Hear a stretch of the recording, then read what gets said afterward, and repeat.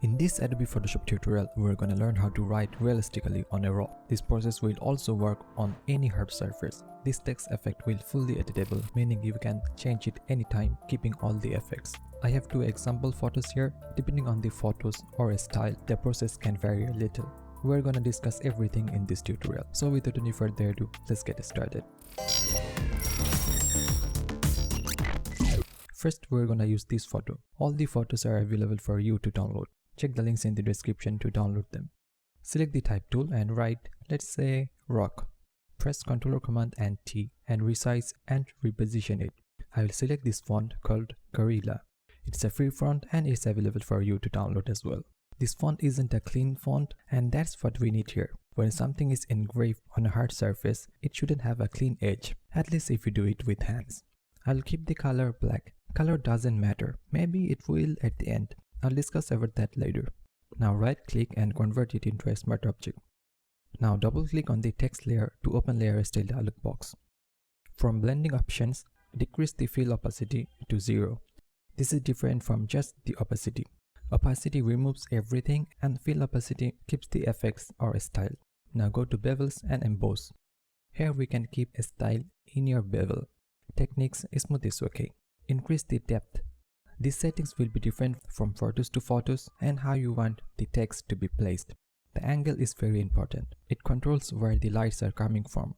Here the light is coming from the top left corner, so I need to place it accordingly. If the light is coming from the top left side, so the shadows will start here and the light will be reflected here. You can also see the direction of light from this box. If you do the opposite, then you will see a bump in the text. The size will control the shadows and highlights. This will also control how much inside the text goes. So play with these sliders and see what values you like. There's this glass contour. I'll keep the linear one. For the highlight and shadow colors, I'll pick the brightest and the darkest areas. Also, you can change the blend modes for these two. I'll go a bit more brighter and darker colors so that the effects can be noticeable. I'll suggest you to play with these sliders for your desired look. Once you are done, then hit OK. The rock is rounded, so we need to round the text as well. This is why I converted the text layer into a smart object. Go to Filter and select Liquify.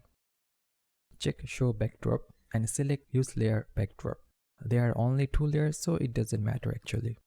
Now with the Forward Warp tool, slowly round the text according to the rock's shape. Click OK when you are done. Since we converted the text into a smart object, so if needed we can modify the liquify effect. But in this case, it looks okay. To make the text more visible, we can do one more thing. This is optional though. Copy the text layer by pressing Ctrl Command and J. We need to change the color of the text. Double click on the new duplicated layer. It will open a new tab. Here we can change the color. I will go for a gray color. Now press Ctrl Command and S to save it. It will be updated to our main tab. Let's close it. Nothing happened because the fill is 0. Increase the fill and set it to multiply. This is too much. I'll reduce the opacity. This is just to make the text more visible. The text is a bit too sharp, so we need to add some blur to it. Go to Filter, Blur, Gaussian Blur. Around 2 pixels will do. As I mentioned earlier, this effect is fully editable. Double click on the text layer. Like before, it will open a new tab. Here we can change the text. Make sure the new text is within the canvas. Press Ctrl Command and T to resize it if needed.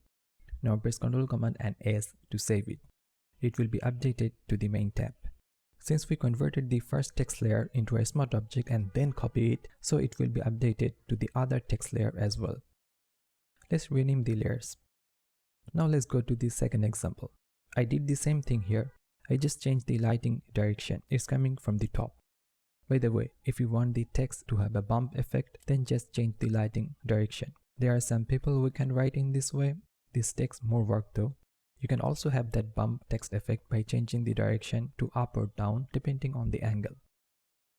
But I want to show you a different effect in this example. Unlike the previous example, this rock doesn't have a smooth surface.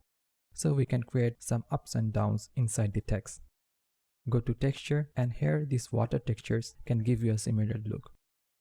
You can control how much depth you want for this texture. I don't need to use the liquify for this text since the surface is not rounded. Similarly, we can add a duplicate of the text layer and set it to multiply to make it more visible. So this is how you can add editable text effect on a rock. Hope you enjoyed this tutorial and learned something new from it. Don't forget to like, share and subscribe for more tutorials every week. Thanks for watching.